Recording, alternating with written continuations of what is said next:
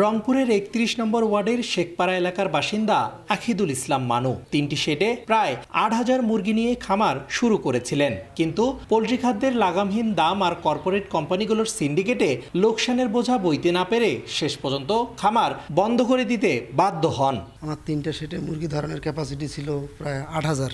মুরগির বাজার খারাপ হওয়ার কারণেই আমি এই ব্যবসা থেকে এখন লসে যাওয়ার কারণে ব্যবসা ছাড়িয়ে দিছি।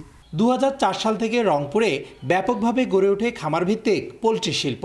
একসময় লক্ষাধিক মুরগির বড় বড় খামারও ছিল এই অঞ্চলে। তবে ২০০৭ সালে অ্যাভিয়ান ফ্লু এবং ২০১৯ সাল থেকে পোল্ট্রি খাদ্যের ধারাবাহিক মূল্যবৃদ্ধি ও কর্পোরেট সিন্ডিকেটে এই শিল্পে নেমে আসে বড় ধরনের ধস।